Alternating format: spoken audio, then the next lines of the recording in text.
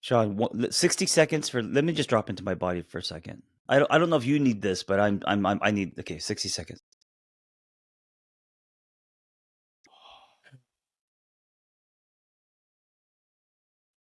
If you're listening, we invite you to do the same.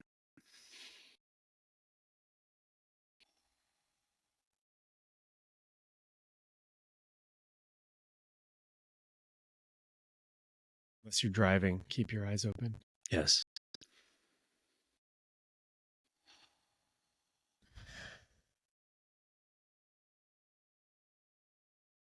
Right.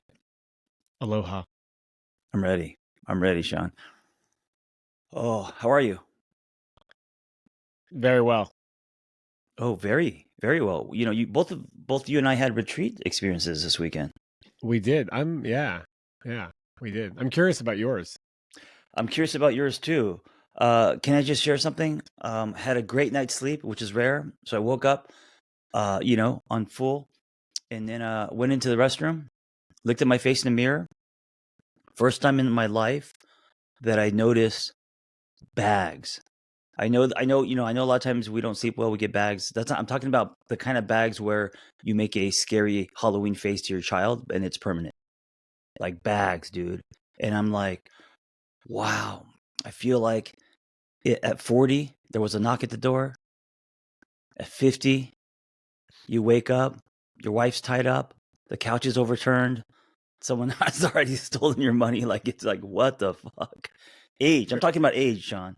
The You're not Grim there yet. Reaper. The Grim Reaper is your roommate. Dude, at 50, man, things happen fast. I know for men, it's the belly fat, the hair loss, the can't get it up, that kind of stuff, or can't stay hard. Um, I wonder what's next, man. For next, now I'm starting to see bags under my eyes, and then, ooh, it's real. Dude, that hairline. Is it getting? When we started the podcast, it was here. Oh shit! And we only started a few weeks ago. Shaun's encouraging me to shave my head, and I keep reminding him I shaved my head in the 90s when it was cool, when Mr. and Mrs. Smith was out and Brad Pitt was shaving. Everyone was shaving their heads, and I looked like a monk. I looked horrible. I'm a little bit on the shorter side. It just didn't work for me, and I have a widow's peak, which doesn't work. And all right, and well, so yeah. Let's do this. I was going to ask you this, and this is a perfect segue to this. Well, a couple things. First of all, I think you can put like ice cubes on your face, and that'll get the swelling down for the bags. I know, but in the morning. But having those rituals cements the belief that okay, now I'm old. Now I need to put ice cubes on my face. I mean, things I never had to do. Cucumbers, ice cube. Yeah, I wonder if somehow you got more sleep that would eventually get better, but probably not. Yeah, it's just something I noticed that I've never noticed or even thought about. Is what I'm saying. I got droopy eyelids. My eyelids are drooping. I can't notice. Well, they're hooded. I have hooded eyelids, and then I notice them drooping, and that's what celebrities do. When they do like a lid lift or whatever, and it makes their eyes like all like this. They look all. Yes, that's another thing that happens. I mean, I think to everyone, but also to men, they kind of they droop, so they have the pug thing going on. The face starts drooping. Yeah, there's a lot of extra skin. All right, dude. Yes. Here's the thing about the hairline. I know you said you're going to Turkey eventually. You're a guy who you post like 8 videos a day. Oh yeah, at least. Are you gonna document the fucking? Of course, dude. I documented everything. Even the vasectomy. I didn't document the actual surgery, but around the surgery when I was done outside the hospital, I'm just always documenting. Well, because it's a long procedure. They're gonna shave your head. You're gonna have like scars and implants, and all your head's gonna look crazy for like a long time. It's gonna be a big deal. Yeah, so a lot of people, celebrities go and do it, and then they hide out for 6 months. No, I'm not hiding out. I don't care what I do. I'm not hiding out. Okay, so you're just gonna, yeah, that's cool. I mean, I respect that a lot. If I get any kind of like hair transplant or whatever treatment, it's forward facing. Everything's forward facing. Yeah. Mine was backward facing. All right. How was your retreat? How was your retreat? It was refreshing. It was a reminder on why I started this work. There was just six of us. I always compare these retreats to the Breakfast Club. You know, people coming in who would probably never meet, Hmm. but bonded by a common thread, and then we leave connected and changed, and it's magical, man. I love it. Yeah. Yeah. I have a real question to ask you here. Was that a fake question? No, no. The real question. I'm not pulling punches here. You can't How start did with you? that. You can't say I'm not pulling punches. You can't say like, listen, I'm not trying to be offensive, but I'm How not did trying to you give feel? advice, but How did you feel about the number of attendees? oh, so this retreat was on purpose less than 9. I called it an intensive because I wanted to give Oh, myself the experience of just something super tight, super just six of us. Like we're gonna actually sit down and have dinner at a table as opposed to the usual 12, 15, 20, 30, where it's big enough where people start to go in cliques. You know what I'm saying? yeah, yeah, yeah. Oh, okay, So cool. I yeah, thought this was just it was like one of your regular retreats that had low attendance, and that to me, I am like the less people sign up for my stuff, the worse I feel about myself. yeah. No, me too. Of course. Yeah. Um, and also maybe this was an exercise for that as well, to be okay with and present with six people and not judge it by numbers. You know. The last time I did a retreat, there was 12, and I normally get 20, and it just changed the whole game. It was way more intimate. People felt way more comfortable sharing deeper stuff. There was more time. It was just like it felt really nice. It's a nice experience. So Shaun and I are going to have a retreat. We don't know when yet, and I'm actually super excited about because I think you and I are just gonna have fun no matter what, even if two people are there. I'll be really bummed if we can only get two people. Just me and you, two people. Oh, that sounds fun, actually. Yeah, yeah, absolutely. I'm positive that you and I will have a good experience. And you know, I know there's up and downs. So I think the reason why my retreat works for me is it's not 5 days, because Yeah. 5 days is so long where it could get great, peak, and then suddenly it could get bad. Then there's drama. Then there needs to be repair. But like a weekend is it's that magical point. It's the honeymoon stage. It's that magical point where you get to know someone and you could go kind of deep with them. And then right where it gets kind of like, okay, here are some things I don't like about this person. It's over, you know? Well, that's interesting because I just had the opposite experience. I had a 5-day retreat where Mm. the goal was pretty much for the participants and the facilitators to trigger the shit out of each other Oh, wow. over You and were over and I hear over there again. was bats involved. Yeah, tell me about this. This is a anger management retreat? So it wasn't anger management. I think you could describe it as emotional processing. Mm. It's a retreat designed to get people to process really deep, challenging emotions. And it's almost designed for people to trigger and project onto each other. And then you work with those really triggering experiences. Can I just add something that's going to make this very meta and I think interesting? Shaun going to an emotional triggering retreat this weekend, while he was there, I was emotionally triggered because I didn't know he Yes. was gone. And I sent him a text and I'm anxious. And I had so I went through. I mean, it kind of minor, but I went through that as he was going through an emotionally triggering retreat. Well, yeah. So Yeah. my not responding to your text messages triggered you, Yes. your anxiety, and you're Yeah. like, hey, are you mad at me or something? Why aren't you Right. Right. responding to my text messages? I Right. said, oh, sorry, I'm at my retreat.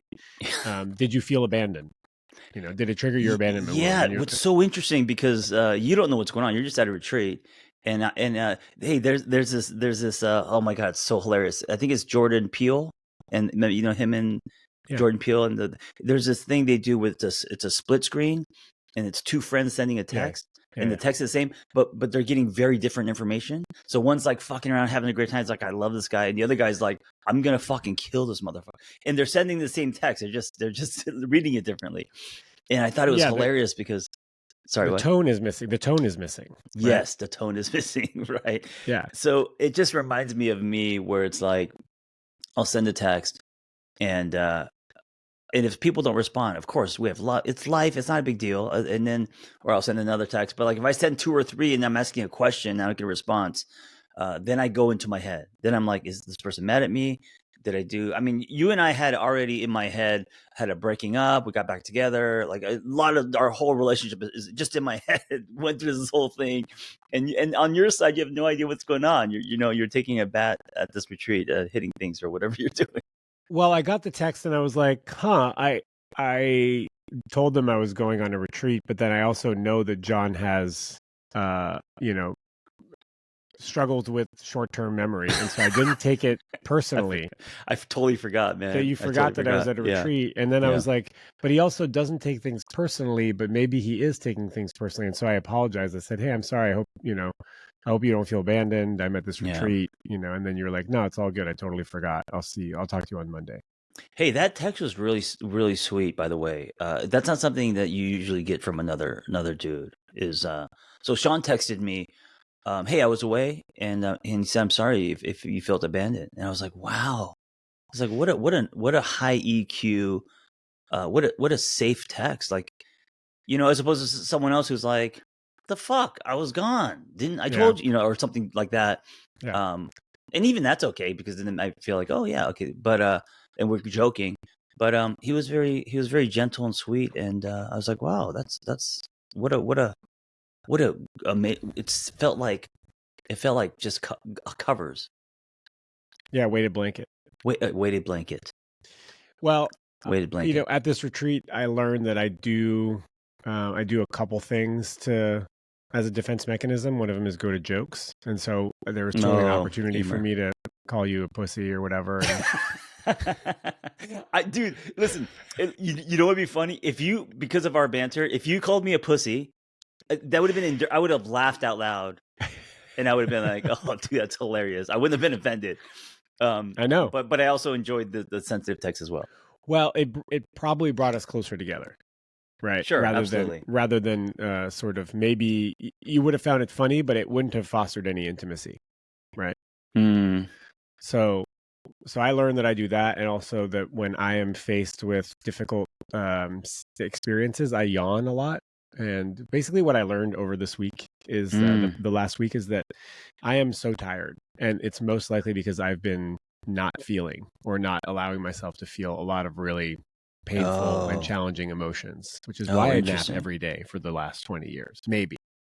Wait, you're tired from not feeling those emotions, or you're tired because you go through so many emotions? You're just exhausted? I'm tired from not feeling because I'm psychologically and physiologically pushing all those emotions down, and you're emotionally constipated. I'm emotionally and physically constipated. Right, and this is just what a great reminder that emotions don't go away just by suppressing them or not thinking about them. Doesn't mean that they don't manifest in your body, or as being tired or whatever. Yeah, I mean, so I'm no longer constipated, but also because we ate like raw vegan food for 5 days, which probably had a lot to do with it. No dairy, no meat. So it was a beautiful experience. We had some really beautiful processes around men, like a lot of just like really vulnerable processing. We triggered the shit out of each other. I projected all sorts of things onto people. People projected all sorts of things onto me. Wow, that's scary. Oftentimes I was the inaccessible alpha male. That was the projection that showed up quite frequently with people. Was this co-ed? Yeah. Wow. Yeah, I had like a lot of stuff around partnership with one person, lots of flirting, someone, telling me they liked me and I didn't feel the same way. And so we just had to like be really, really honest about what was happening in the moment. And it was wild. It felt like summer camp for wounded inner children. That's great, man. It was not really trauma informed. Like it was almost like the opposite. We're trying to trigger these really strong visceral reactions in people. And if you didn't have a strong sense of self or some awareness around your patterns and your stories, it could be really, really hard to integrate a lot of this stuff. But the facilitators were great, and they were able to like kind of patch everybody back together at the end there. Wow. It was very raw, and like half the time I wanted to leave. I didn't want to be there. Yeah. That to me, I have anxiety just thinking about that, because as a facilitator, how do you hold that space, and how do you, if someone does, go over the top, or they can't control their emotions, or I could see fights breaking out. You know. Well, the only real rule is no physical violence towards yourself or others, and Hmm. no property damage. So, But you I could mean, verbally lash out at people. You could oh, verbally dude, say, you "I can don't call like you at people. all." Oh, dude, yeah. Oh, 100%. Wow, that's so great. You could Oh, yeah. you could be like, "Dude, you're a piece of shit." I don't I, like. You could like I told the assassinate facility. character. Yeah, yeah. I told the facilitator I didn't like his Crocs. I told him, Oh my god. I've never heard of a retreat like this. This is like this sounds like a TV show, yeah, you know? it's so it's It's kind of a extreme. cult. It's kind of a cult. Oh, Um, but there's groups like this all over the place. They're called different things. wow. But a lot of it is just like sort of somatic experiencing, Yeah. and they follow some framework that was downloaded by some dude in the 50s or whatever, or some Mm, woman in the 20s, or But I don't think it's a cult. It's a business. yeah. Like our Yeah. retreats are businesses, so their retreat is also a business, and I'm probably gonna go and do more. There's a leadership program, and it just Mm, feels really nice to have had so many experiences where I feel alive and in my yeah. body, and I'm listening Yeah. to what my needs are, and I'm able to identify what am I feeling in this moment based on the primary emotions of joy, sadness, fear, and anger. Yeah. And I want more of that. Like, it just feels so good. Are you Edward Norton in Fight Club turning into Brad Pitt?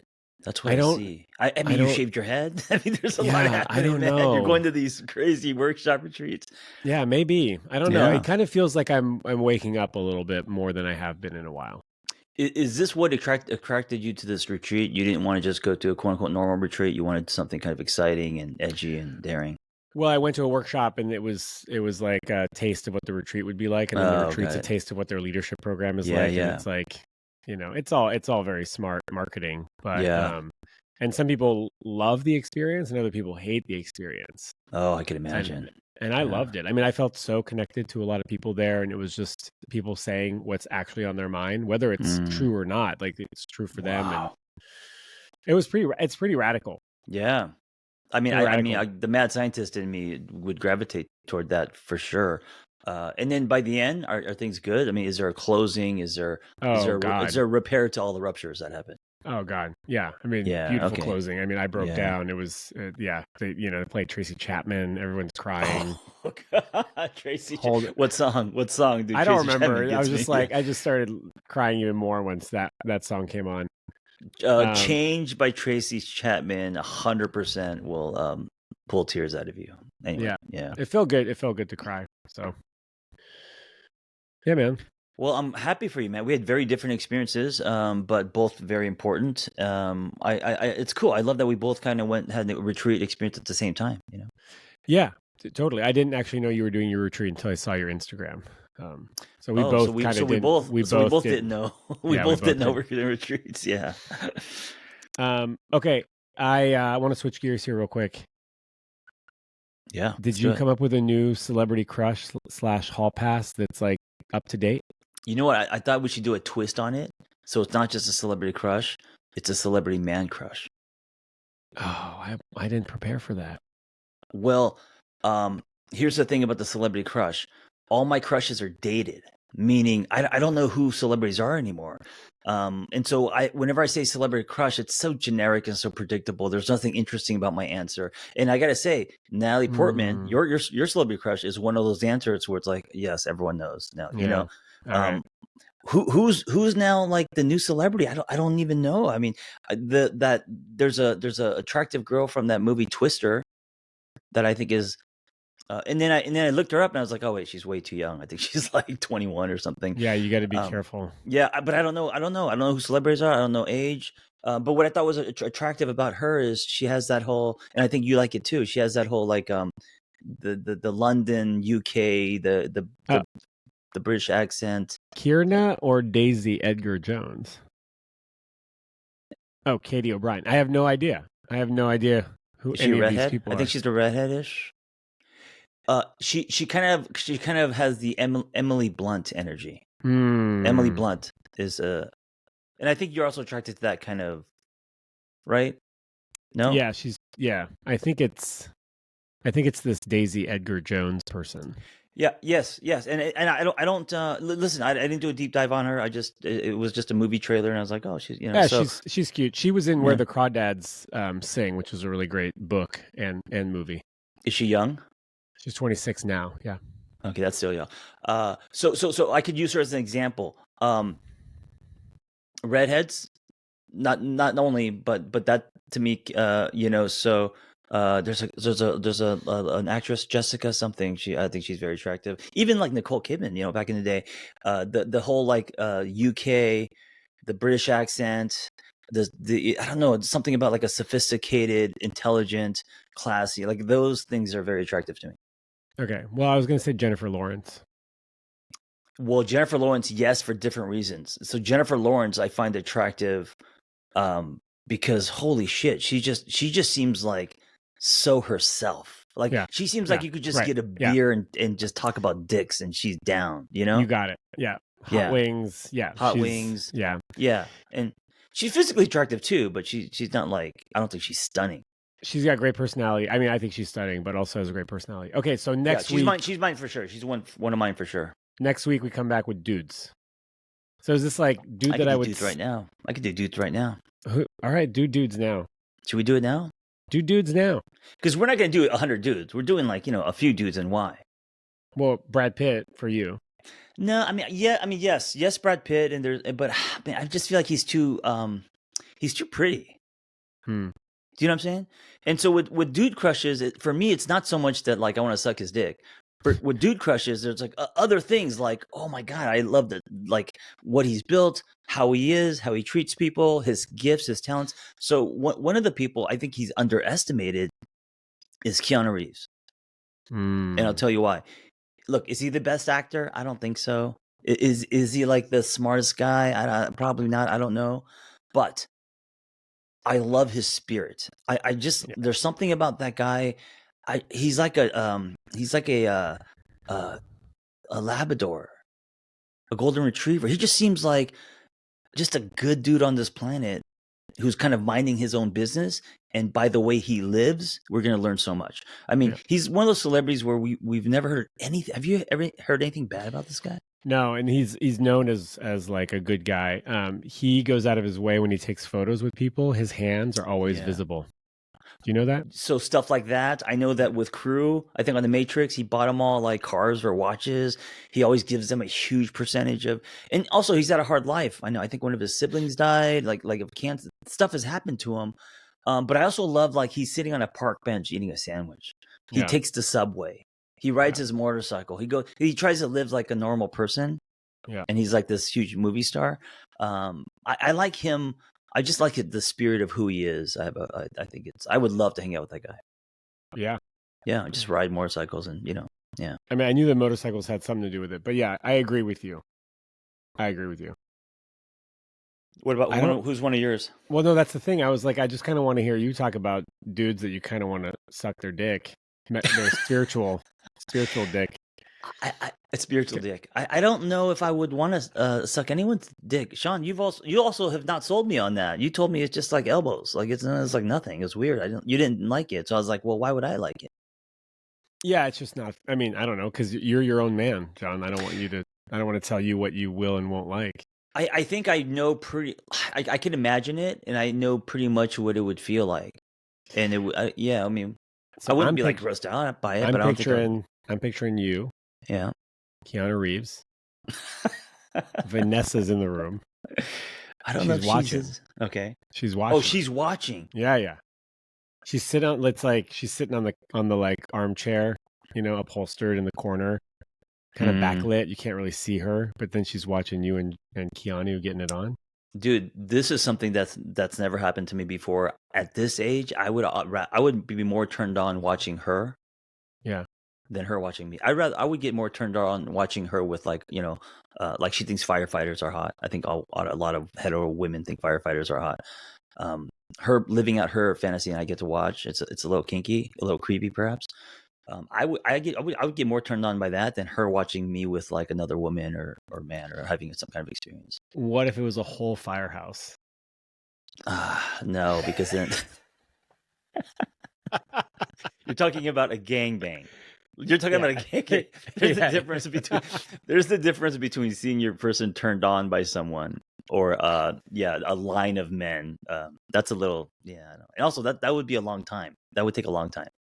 Well, yeah, probably. I mean, you're in there it's a couple hours. No, but okay. So jokes aside, there is the element of it that is hot to me is because I'm a little kinky. Is like, like the her being tied up, like like those dungeons, like that kind of stuff does turn me on. But I don't think a line of men waiting to fuck your wife is not something Not that men, dude. Firemen. Oh, that's right. With huge hoses. Yeah, because it'd be different if there were cops. Yeah, no. I wouldn't. You know what? Hey, I wouldn't trust the police. No. This is interesting, dude. This is interesting because look, because she's turned on by quote unquote firefighters. If a firefighter was pleasuring her, I'd be turned on a little bit. I could see how I would be turned on, right? If a cop was pleasuring her, I would be like, get the fuck off her. I would be like, is that weird? What do you think that is? I mean, it's obviously our judgment on police and firefighters, and right. I mean, this is a huge topic that I don't think I'm prepared to talk about, but either am I. Wrong podcast. wrong podcast. I mean, I think we're both liberal dudes, and we don't love the police. Although I will say, I would like to be a cop for a day. Ooh, training. I want to drive the training day, but I want to be Denzel, dude. I want to be Alonzo. And listen, man, I don't want to. It's not like I don't have a distaste for cops. I think cops are prejudged. But look at what they do. They give you tickets, so there's already kind of a conflict thing where firefighters are always portrayed as heroes, and we know there's firefighters that I'm sure are assholes, and sure. And then there's amazing cops as well. So I wanted to be a police officer when I was in high school. Yeah. There you go. I would have shaved my head for sure. So if I was a police officer, there'd be no hair, 100%. So you're gonna be fine without the hair, dude. Well, because I'm wearing a uniform. I'm the hair. Just wear a weight vest. I don't think you can have long hair if you're a police officer. I mean, I don't. Have you ever seen a police officer with long hair? Well, that would be cool. You'd be a detective, dude. Yeah, I don't think you can. Also, going the academy dressed the way you are right now. You're fucking Hawaii 5-0, man. Hawaii 5-0, yeah. Okay, well, I definitely can't grow a mustache, so I guess I have to keep the hair. Are you ready for some voicemails? Let's do it. Okay. All right. This is connected to a question that I also want to kind of dive into. The question's a little weird, but it gets to the essence of what I want to talk about. You ready? Yes. Oh, wait. No. That I have to hit the live button. Okay. Hi, my name is Sonal. I'm 41 years old, and I live in Houston. This guy ended things with me. We had our third date at my house. Prior to him coming over, I was like, hey, you want to come over and fool around and do some stuff, but maybe not everything. Started fooling around. Everything was going well. I told him I'm not ready to have sex. I ended up going down on him because I was referring to penetrative sex. He didn't even touch me. He did not even touch me over my undies, nothing. Is this something I need to ask moving forward to be like, hey, if I go down on you, are you going to service me? Just asking for myself. Can I say something first before we get into this? It's a compliment to you, Shaun. Yeah. I love compliments. I'm just giving you one today. Maybe two. Maybe two. I already gave you one. I'm insecure. What you texted me was a compliment. Remember the sensitive text that was already a compliment. Yeah. Here's compliment number 2. You're great at picking questions. You're great because you're picky. Your strainer's tight. You do this for a living. Your strainer's tight. So you're like, I like so that. when I hear a question, I know it's going to be fucking good, like this one. Not only that, I edit the questions down to make them even shorter, and then I actually work the audio so that they're loud and normalized. No surprise. No surprise. And also, if you keep going, now you're going to take away the compliment. You just got to accept the compliment. Okay, yeah. Thank you so much. That means a lot to me, John. You're welcome. Tess, edit that little bit out. Edit the little bit out where... Shaun is a perfectionist, as you can tell by everything he does, and I am the opposite of that, as you can tell by everything I do. But John, you show up. that's half the battle. Well, I think part of why this works is the yin and yang. Who's peanut butter and who? chocolate. Peanut butter and chocolate. Who's yin? Who's yang? I don't know, but I think I'm peanut butter. No, maybe I I'm don't chocolate. know. Maybe I'm Well, chocolate. because yin is feminine energy and yang is masculine energy. Oh, And okay. so So I is think I'm. peanut butter masculine and chocolate is feminine? I Probably, mean, right? I mean, based on like culture. I mean, how much women love chocolate as opposed to men. No, Yeah. Are women more perfectionist than men? I think these are generalizations, of course, but I think I that's what I find for So sure. you're wearing the pants. Yes. Okay, that's fine. I'll wear a skirt. Okay. It works I have a dress. perfectly. I actually have. Yeah, I Oh, have a dress. you've also worn women's underwear, so it's fine. Yeah, I bought Yeah. women's shorts actually at the thrift store yesterday for Yeah. like a party or something. Yeah, it makes sense. I love it. It's a great combo. Do you want to go first with this question? Yeah. So this is connected to this question of that I answered last week on my Instagram is what's the deal with men who don't go down on women? Mm, And my answer mm. was like, yeah, I don't want to like, tell anybody to do something they don't want to do, but like, what the hell? Like, Is this a generational thing? Are the men of this generation, hetero men of this generation, like are they like, oh, this isn't something we want to do anymore? I think What's it's going on? older dudes. I think Oh, it's older it's dudes. older men that are just like, yeah, I don't do that, or it's like gay to go down on a woman. It's like the least gay thing What? that you could do. Or that, I mean, I hate to say that oral sex I think should be tit for tat, but like you go down on me, I go down on you, right? And there are exceptions to this, right? If like yeah. you could have a partner who's like, yeah, actually I don't mind that my partner doesn't go down on me. I love sucking dick and that I'm fulfilled in this relationship. But in instances where you do want your partner to go down on you and they don't for whatever reason, that's definitely something that you need to talk about. And I also want to know, why aren't they going down on you? Is it because they're uncomfortable? Is it because it doesn't smell good to them? Is it because they think it's gay? Is it because they don't know what they're doing and so they're insecure about it? And so they're not even going to try. They're just going to say like, yeah, it's not something I do. So there are men who just don't go down on women. And of course there are going to be women who don't go down on men as well. Right. Like, Yeah. So, okay, I'm confused by this because I personally, that's one of my favorite things to do. yeah. I can't get enough. I could be down there for an hour. Yeah. I usually the woman grabs my ears and pulls me up. It's like, all right, dude, we need to go live. Yeah. Yeah. We got to I pick think up Logan. John, John, it's time to pick up Logan. She's been waiting outside for an hour. I think it's the most intimate. I think it's more intimate. I mean, well, probably not more than kissing, but it's one of the most intimate things. So it's not just like me getting off. It's such an intimate experience because it's so vulnerable. I love it. So I don't understand people who don't like that.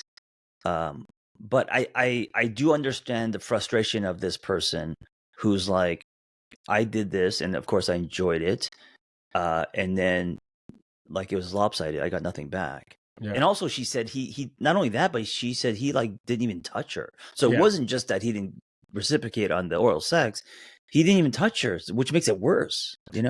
Yeah, in that scenario, it kind of feels like that the man just wanted to be fully serviced and have there was zero interest in like reciprocating. And I don't think, just to answer the person's question, I don't think that's something that is like the norm, nor is it something that you should get used to. But also you do kind of want to get used to having the language of saying, hey, I'd love it if you touched my pussy, if you ate me out, if you did this, if you watered my rose. If you will. I don't know about the watering the rose, but do you think that because, and this is the bigger conversation, and of course thematically that we can do better, do you think that because of our culture and because in our world, I mean it's changing now, but women have been kind of programmed to be the sexual object, to satisfy their man, that kind of thing, that it's harder for women to actually express what they want, as opposed to men who are more been more encouraged to be like, do this, do that, or I like this. I think a lot of women, at least women I've been with, it's hard for them to say, hey, this is what turns me on, this is what I like. Well, man, it's a huge discussion. But first of all, if you're not used to talking about sex, it's awkward to talk about sex, and it's not going to get any better Yeah. unless you Yeah. start doing it, right? Um, so you sort of have to get better at just talking about it. But I think systemically there's an issue, right? That women don't feel safe 100%. to talk to their male partners about anything Yes. because Yeah. again, this is what we talked about last week. The egos are too strong, right? They're too fragile. Or they're not strong enough. They're too fragile. Men get defensive. They can't handle feedback. They can't handle Yeah. criticism. They Yeah. can't feel like they're doing anything wrong. And it's not just men. Like like my mom is like this. My Mhm. mom can't handle any sort of feedback. She just Yeah. shuts down and Yeah. changes the subject. So I'm not saying that it's 100% gendered, but like women don't feel as safe or comfortable bringing stuff up because they're the number one victims of domestic abuse and sexual violence by Mhm. men, right? Like it's men that are perpetrating most of this violence. And so we fostered this environment where it's not safe for women to speak up, right? Well, also look at the pornography we grew up with. Women aren't like, okay, can you now? I mean, men are doing that, but they're doing it almost in kind of a dominant. I'm getting something out of this, and then women are not all pornography, but women are also portrayed as like, I'm going to shut up and take it kind of thing, Yeah. and that's supposed to be hot Yeah. Did you programming. did you read that comment about the OnlyFans? Is that what did you send me that comment?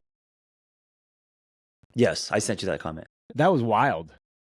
Oh, you didn't respond to it. That was one of the. So that was I think my second text that you didn't respond to, and that's why it got all activated and shit. Oh yeah, yeah. John sent me a text about this. A listener that said that we shouldn't be normalizing pornography of any kind and Yeah. OnlyFans because it's OnlyFans, and she said it was prostitution. it was prostitution. That's right. Sorry to cut you off. She compared OnlyFans to prostitution. You're really good at like you've like gotten really better at not cutting me off. Dude, I'm aware of it. Because we've gotten that criticism, and I gotta listen to our listeners. I mean, listen, that's truth. Yeah, but I mean, don't be perfect, or else we won't have anything to be better about. Oh, I'm very far from perfect. We have. Trust me, this could go for 20 years. We'll still have things to be better about.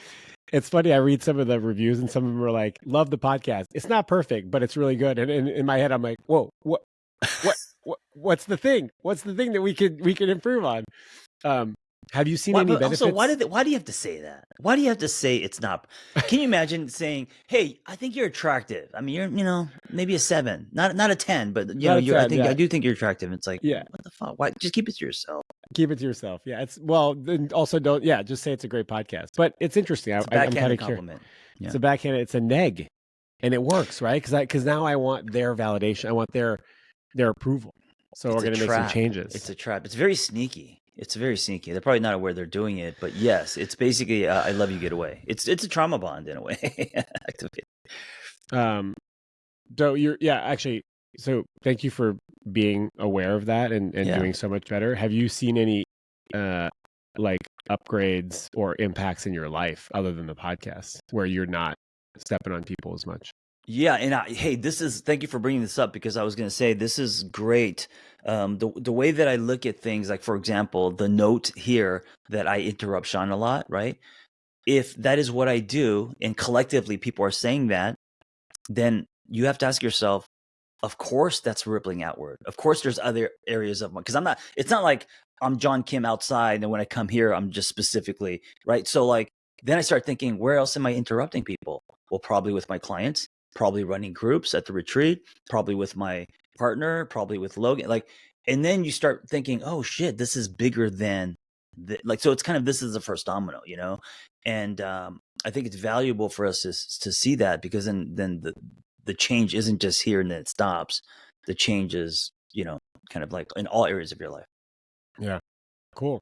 Yeah. I also think that any like improvement that we do in our personal relationships, you and I, or just like in any relationships will affect our other relationships. Oh, so yeah. There's like a exponential effect. Yeah. And going back to the question, this guy not going down on you or touching you is telling of his character, also foreshadowing. So he's probably that behavior is probably rippling out in other areas of. So let's say you guys go out to to dinner and you guys share a dessert, well, he's probably going to eat the most of the dessert. Yeah. That kind of thing. Yeah. Yeah. No, I'm glad you brought it back to this because there's a lot to say about this. I kind of feel like I hate to say that sex is transactional, but like I think if I have an orgasm, I want my partner to have an orgasm as well. Right. Oh, dude, I would actually, it turns me on more that my partner has an orgasm than me. I've had enough orgasms. Like, and also I feel like for and this is just me. Of course, it feels good, but it's easy for me to have an orgasm. It's just kind of like science, you know. For a woman to have an orgasm, there's so much that's involved, you know. It's like art. It's like art. It's like timing. It's like, you know, stars need to line up, and so yeah, so with sex, I actually, the way that we do it is I actually give her the orgasm first, right? This is generally, unless it's like some kind of quickie or she doesn't want one. I give her the orgasm first, then I go second. I always go second, but I prefer it that way. It turns me more on that way.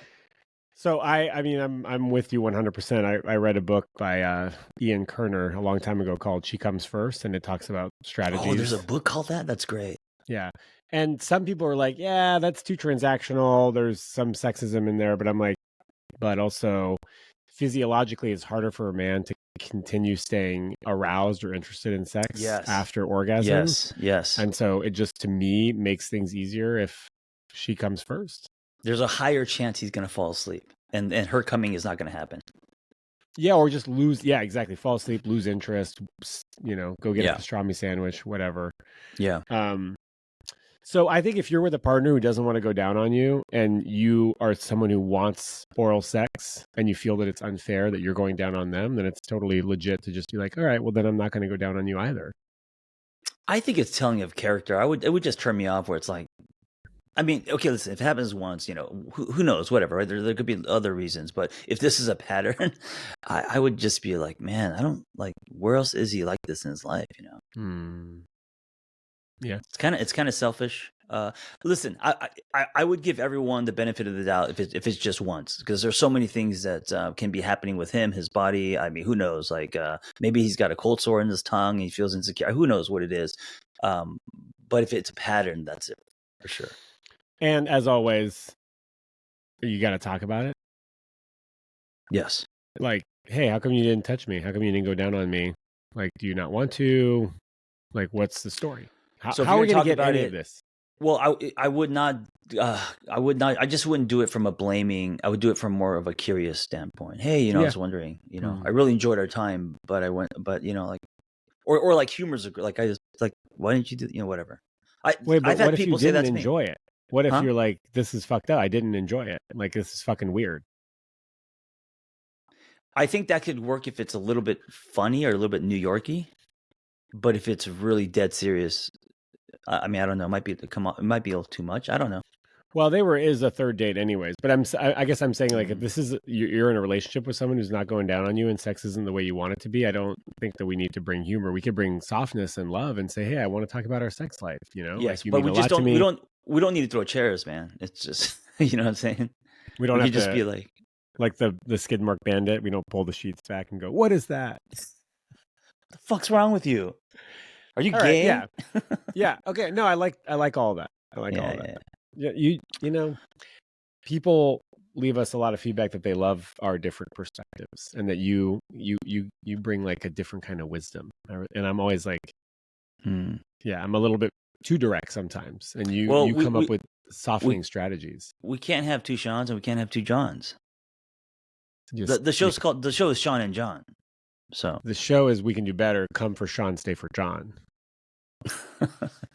Come for Shaun's also, speaking of orgasms, kind of dude, seems like the theme of your life right now. Come for Shaun. I've been sitting on that one for a week. I was like, I can't believe we didn't talk about that. You know, come for Shaun. Hey, real quick, because this is perfect because I thought about this before we came on, and it doesn't have to be long, but can you tell me the first time, speaking of oral sex, the first time you got head and what that was like for you? Because I know it was earlier than me. Mine was last weekend. Nice. Yeah. When I came to visit. You always have to make things weird. Oh, Dude, I don't know if I can. I don't remember.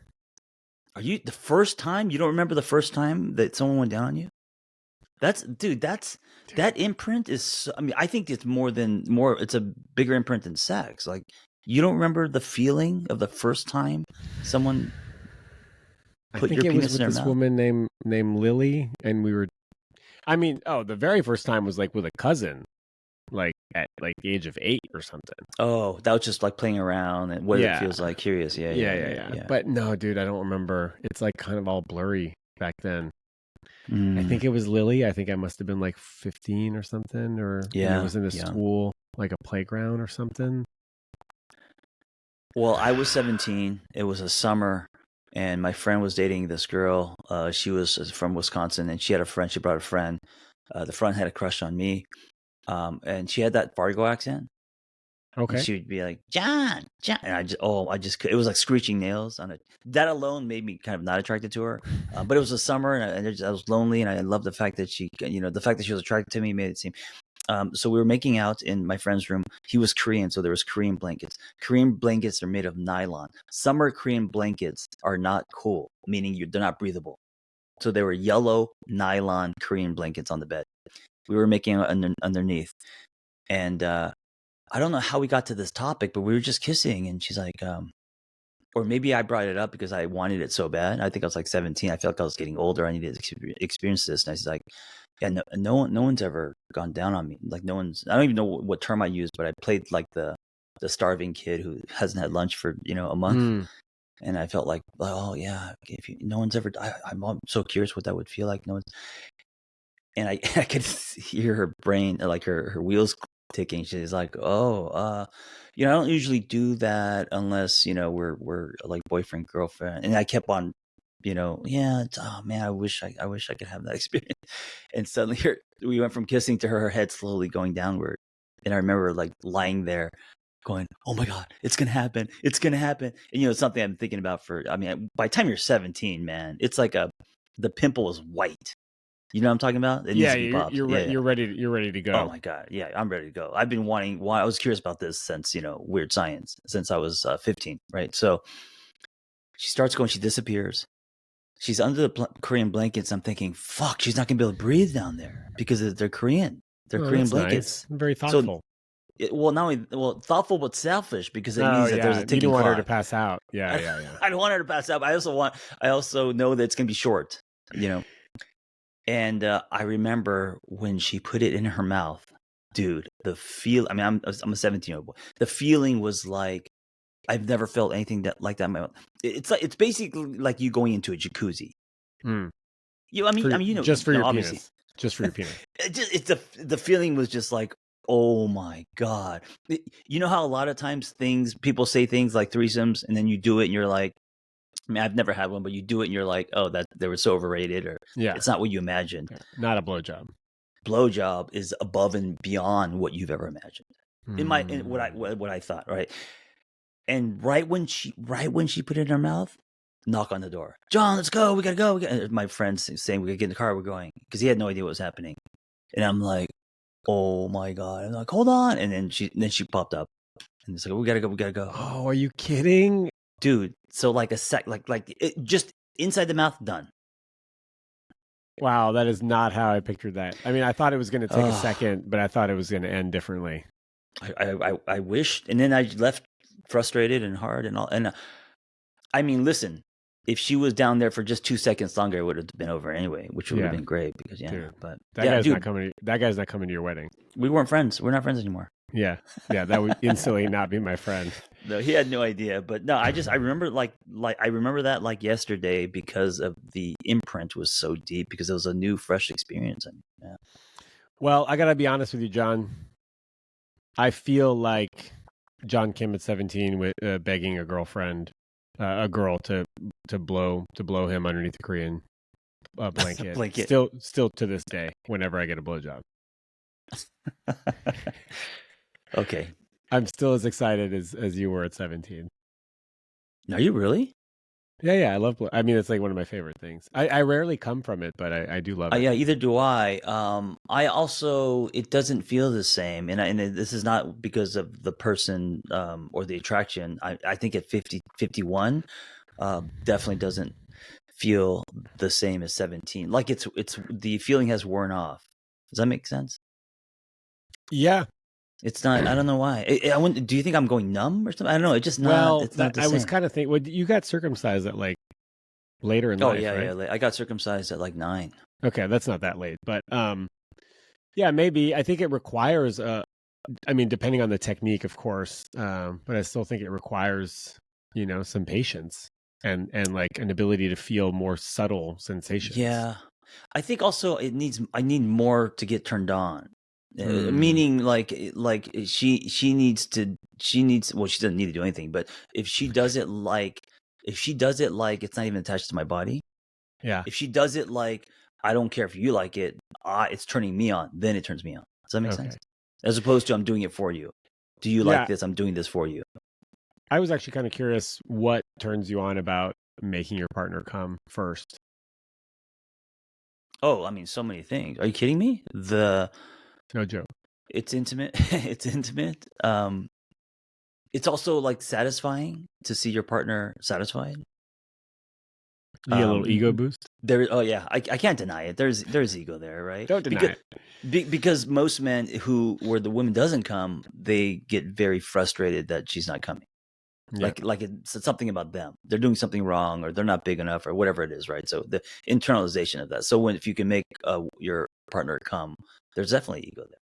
And Yeah. it's vice versa too. I've been with women who, because I didn't orgasm, they took it very personally. Was something wrong with me? I'm like, no, I do hear that a lot, actually. Women are like, yeah, my partner didn't come. Yeah. Is it me? And I was like, I don't know. If it's a dude, probably not. It's probably not you. yeah. Cool. All right. I think we went through all that. Yeah, we got one more. You want one more? Let's do it. Let's do Okay. this. Do this one fast. Yeah. Let's do it fast. Hi, Shaun and John. My name's Bav. I'm a 35-year-old guy based in London. My question is, how could I navigate pulling the plug too early on a connection versus giving it a fair chance?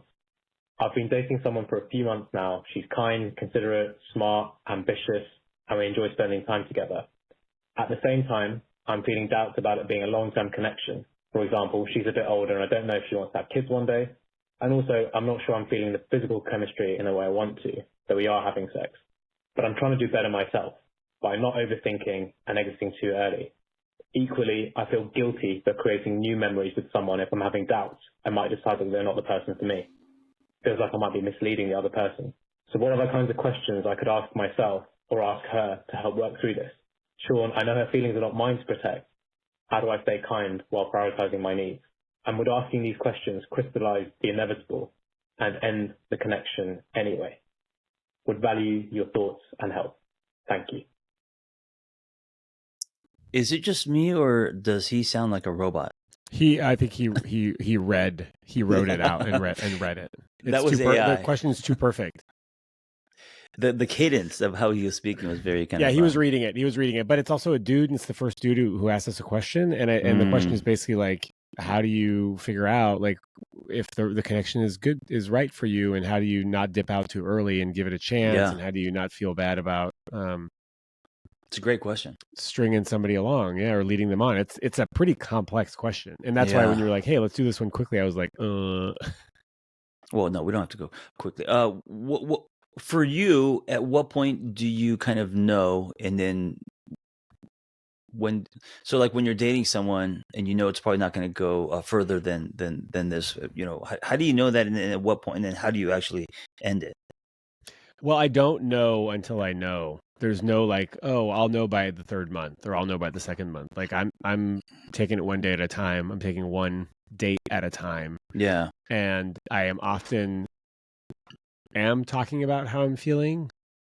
Like we're checking in every so often, like every month or so. Like how's it been for you to be with me, and what are you hoping to do? And I think one of the interesting things about this is that he didn't know whether she wants kids or not, and they've been dating for a couple months. Right. I feel like that's something that you might want to, if that's a question in your mind, you might want to ask that. Like you should probably know Yeah. especially if you're evaluating each other as a long-term partner. But I kind of am like a one day at a time kind of guy. I'm not Yeah. really looking too far into the future, and maybe I can do that because I'm a man. The biological clock isn't ticking as much. So that's how. What you said? You said I don't know until I know, and then when I know, I know. Um, what needs to happen for you to know? Is it just a feeling? Is it? It's a feeling. It's a being able to like see myself in the future with this person. Mm, So it's a feeling of safety. It's a feeling of excitement. Hey, right. I'm also saying like, man, I learned a lot of things at the retreat, which is that I still have a lot of like mommy wound stuff. Yeah. And Yeah. I might not pick the best partners because I'm subconsciously choosing people that are like my mom or so different from my mom. And so like, there's a lot of stuff there that I'm just now kind of coming to terms with at 41, which is kind of hard to admit. And so I don't know that what I've been doing is actually what people should do. Mm. I'm going to answer this by using the imago theory, which is it's fascinating theory. It's basically that we attract people who we're meant to heal through. So, speaking of childhood wounds, I'm going to attract someone who's going to kind of heal my childhood wounds and vice versa. But it's not just being with them that's going to heal it. What's going to happen is we're going to activate the shit out of each other. There's going to be conflict. And people take that as, okay, we're not meant to be. And so they bounce early. If they swim past that, if they work through it, then there's a corrective experience on the other side. There's healing through the relationship. This is happening and has happened to Vanessa and I. So you got to decide: is it that this person's not right for you because this person's activating you because they're supposed to activate you? Are they bringing things up that are tied to your story, or is this not going to work for you because you guys have like zero common interest if you guys are on different pages with having children? So if it's things that are internal, like stirring, activation, they're bringing up something, they're making me be more of an avoidant anxious, those are actually catalysts to growth. Those are things that I would sit with and try to work through to see what's on the other side. If they're logistical, like we have completely different whatever religious, political, or life values, we're going different places in life, then that's warranted. I think that's fair.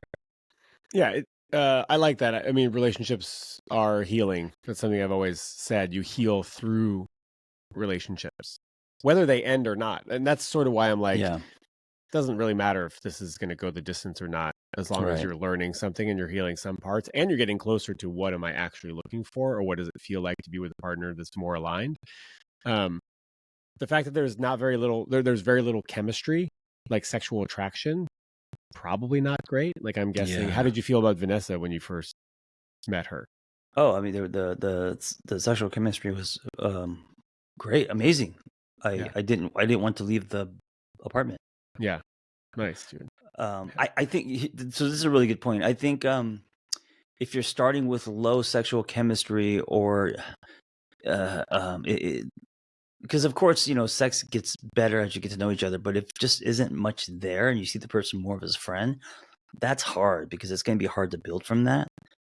Usually what happens is the sexual chemistry is really high, and as the relationship continues, you got to work at it to fan the flames. And so if you're starting with like not a lot of sexual chemistry, I don't know, that's really tough. I wouldn't put my chips there.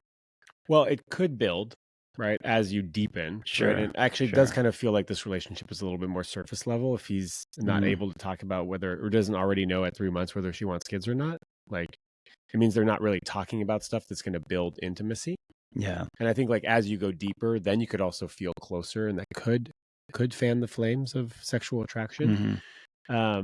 I also think that sometimes, and I found myself in this situation, I'm looking at a person and I'm trying to see or evaluate whether they'd be a great partner, and on paper they look fucking amazing. Right. We'd be a power couple. They're Right. kind, they're sweet, they'd be a great parent, they like me, blah, blah, blah, blah, blah. But I'm not feeling the kind of connection that I want to be feeling. And then I have a lot of internal struggle because I'm like, ooh, maybe this is the one that I could, finally partner up with. But my body is not saying, go for this. Yeah. They're saying like, yeah, if you touch me, I'll get hard, but there's no spontaneous desire there, and there's no real desire to like get super, super close. So then, of course, listen to your body, not your head, is what you're saying. Listen to your body, not your head. Yeah, but Like, not logics, because like a lot of people, because someone's good on paper, they think they're making a smart choice when it just something's not right or aligned in their body, doesn't matter and how good that on doesn't paper work it out. is. Yeah. But And also, what's good on paper can also fluctuate. It may be good on paper today, but who knows 5 years from now? and just because you have red hot fire chemistry with someone does not mean they're a good fit for you. Yes, that is true. That is true. So we do have to be critical a little bit. Like I think the head has to come in, the soul has to be there, the loins. It's like the whole thing, holistic. Because the chemistry or what is hot can come from like an unhealthy dynamic, can come from something that smells familiar or a trauma bond, and that could be like this hot ripping your clothes off animalistic sex that may not be sustainable. It's only because you guys are in your wounded. Yeah. Okay. Yeah. So probably break up. I'm not going to say yes or no. I'm going to say explore it, man. Like I said, is it coming from your own activation and wanting to run because you don't want to look at yourself, or is it coming from we're just going different way, we're just not aligned? If you're just not aligned, yes, I would break up. But play it out. It's gonna work. You're gonna know either way. Play it out. Well, one thing that he said that I thought was interesting at the end, he goes, is having these conversations about whether I'm into this or not going to eventually lead to the end of the relationship? And we don't know, but it will 100% be a catalyst for something. Yes. Truth. It will change the dynamic no matter what. And so if you want to know, fucking talk about it. Talk about the elephant. Talk about the elephant in the room. Yeah, I agree with that 100%. Keeping it inside is only going to get people confused, and it's going to be weird. I will say that I, with my ex-girlfriend, I told her at some point, I was like, I'm scared of not, that I have doubts about this relationship, and I'm scared that I don't know or that I don't have what it takes to make this work. Mm-hmm. And she did not like that. She was like, I don't want to hear. She felt unsafe. Yeah, she was like, I want you to bring that to your friends, not to me. Yeah, I can see that too. Yeah, but then also I was like, but I want to be able to have these conversations. I want you to be to say, when you bring me that, I feel really unsafe. I hear you. I don't like it. Mm-hmm. What are we going to do about it? Rather than like, please don't bring me that. Right. I want to be able to have those conversations. Yeah. All right. So we're slowly going to have to wrap this up, John, unfortunately. Yes. And hey, everyone, or not everyone. I don't like saying everyone because one person listening. More than one person listening at the same time, but the person, if you're listening, thank you for your reviews. It means a lot to us. And I don't know about Shaun, but I have a personal goal to hit 1,000, and we're getting a lot. So thank you so much, dude. I read them all this week, like all the ones that we got this past week. Yeah, they're really nice. I know. They're really nice. Yeah, they're really nice. Okay, a few things. Yes, if you haven't left a review, please do it. Just do it now. Do it. Pick up your phone. You're already listening. Pick it up. They're not going to do it because you're saying do it. No. Do it. Take a second and do this for us. It means a lot to me. John, don't bias them against it. Yeah, okay. And go to Apple Podcasts. And if you're an Android listener, hey, you know what? Take it easy. Relax. And actually, you know what? Pick up your phone. Share this podcast with someone. And be like, hey, this is actually really good. So that's my ask for you. Also, John, I want to tell you, I listened to last week's episode. I listened to it as a listener. It's fucking good. Can I tell you something, Shaun? Yeah. I never listen. So I have on my own podcast. I'm almost at 800 episodes. I've never listened to one, and I don't listen to any of ours. And the reason. So Johnny Depp once has said, I believe him, he says he never watches his movies. He's never watched a movie that he's made because he's too critical. And I won't listen to our podcast because I'll take a black light to it and I don't want to. I think I'll be surprised at how good it is via audio instead of like being in it. Like you said, you listen to it as a listener. I think it would be great. I don't know. I'm going to be critical mostly of myself and, my voice or whatever. I should have did this. Oh, I say too much or all this. So it gives me lots of anxiety. I just can't listen to these. That's hilarious because I just love myself so much that I You literally can't get enough of you. I can't get enough, dude. So I'm listening to old episodes of me. It's crazy. So I don't know if you know this, but Shaun only listens to this podcast. This is the only podcast he listens to. And also he has it edited, so it's only him talking. So Just him. The joke that I am being playful with somebody, and we're like looking for like makeout music and stuff. And the joke is always, should we put on the podcast as like sex music? Is this happened in real life? Are you saying? Yeah. So this woman that's like becoming a lover, we're always trying to figure out what should we listen to, and the joke is always like, should we put on an episode of the podcast? Oh my gosh, that I would say that's a boner killer. Except for the intro music's cool, right? The intro's cool, but she doesn't want you in stereo, man. She wants you in She's person. already got me right there. All right. What are you looking forward to this week? Dude. Holy shit, Shaun. Yeah. I'm having a kismet synchronicity moment. 75% into this episode, I thought to myself, I want to end with a question for Shaun. And I was thinking, I was going to end with gratitudes. And I was like, nah. And of course, you're thinking really fast as we're talking. And I was like, I'm going to end with asking Shaun what he's looking. I swear, I'm going to ask Shaun, what is he looking forward to? That was going to be my question. You asked me the exact same question. We nailed it, dude. It's not even nailing it, man. That's like spiritual shit. That's like, that's like past lives shit. That's weird. We're syncing. You don't think that's weird? We're syncing up our periods. I wonder if I bet you men have something like that. I don't know what it is. Our menstruations. We're syncing up, dude. The moon and everything. Wow. It is a great question. Thank you so much. I love your enthusiasm, by the way. I mean, really, that makes me so happy. It's not enthusiasm. It's general. It's genuine shock. That's good. I mean, you express it well. It's confirming that the universe wants this to happen. Well, people are saying we can't stop at 12, and this is 10. So, we're not going to stop at 12.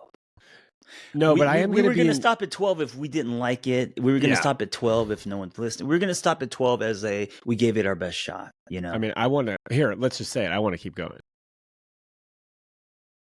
I want to say, you know what I want to do? I want to say that, I'll think about it just to get some drama going. Well, look, I'm just a man standing in front of a man asking him to be my podcast co-host. Thank you for calling me a man, first of all. What am I looking forward to this week? I haven't worked out since Thursday because of my retreat, and I know it sounds kind of silly, but right after this, I'm going to go work out. I'm looking forward to just going back into the gym, lifting some weights, and I need fitness almost every day, or I just feel weird, yucky. So I'm looking forward to that, followed up by probably a In-N-Out burger or something. Fuck it Friday? I feel like I've earned. Fuck it Monday? A Fuck It Friday on Monday. Yeah. And then that's the micro. The macro I'm looking forward to is, dude, I'm looking forward to building this with you. Cool. Yeah, this has become not just a little side private thing that I enjoy doing, but I see so much for us. So we've shared visions. Doing a live show, hitting the road, like whatever, all the stuff that could come from this. That's honest to us and that's fun.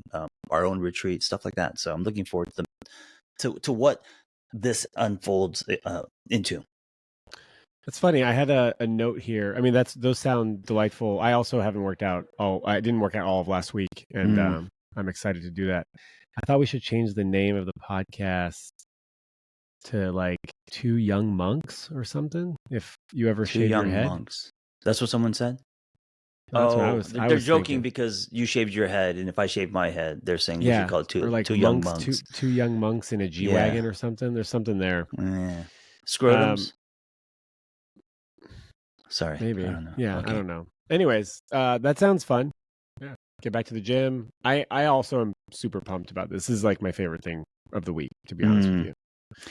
Can I say that I've learned in my 51 years of being on this planet, when something kind of comes out of nowhere, so whether that is a relationship or a friendship or the phone rings and you get a book deal, like things that just kind of happen out of nowhere. Usually those are the things that become great joys in your life. Usually those are the things that turn into the stuff that's unexpected. Usually are the big things, not the things that you want and expect that don't happen. Yeah. And this is one of those things. This is unexpectedly pleasant. I like this. I It was learned just us saying, hey, let's do a podcast. Sure, whatever, not a big deal. Okay, I'll meet you at Riverside. Okay, and suddenly we're 10 episodes in.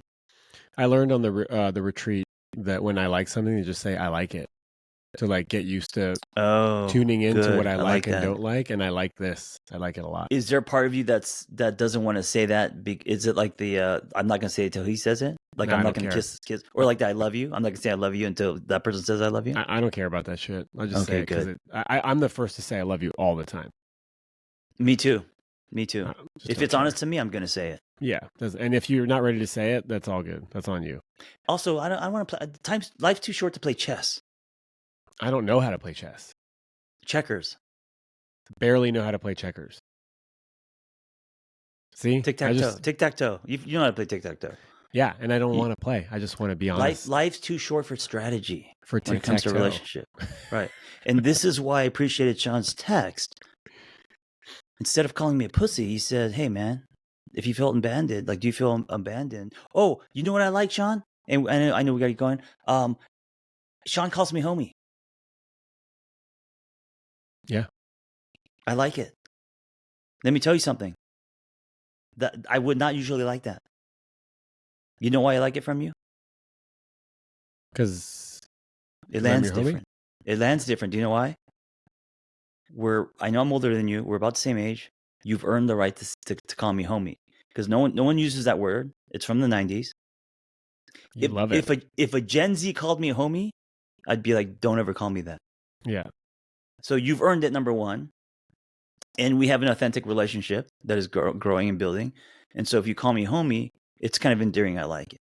Yeah, I like homie. I don't call a lot of people homie, but you'll know if I really love you if I call you home skillet. That I don't like. I don't like home skillet. I don't know what the fuck that is. Don't call me home. Sounds like food. I don't like it. I like homie. Let's keep it at homie. So John said, dude, are you mad at me? You're not responding to my text. I wrote, I'm at the anger management retreat, aka Camp for Wounded Inner Children. And then I said, I'm here for you, John. I'm sorry if you felt abandoned. Yeah, that was very sweet. That was sweet. Yeah. And that was after, I think I sent you a couple texts. So I didn't panic after one text. It was a couple texts, and then I asked you a question. Oh, dude, Wednesday, a text, another text, a text on Friday. Yeah, I mean, you sent a lot of texts, and I was not available. It was not available. Yeah. So the other thing I'm looking forward to is I'm finally breathing again for the first time in a long time, like full breath, full body breath.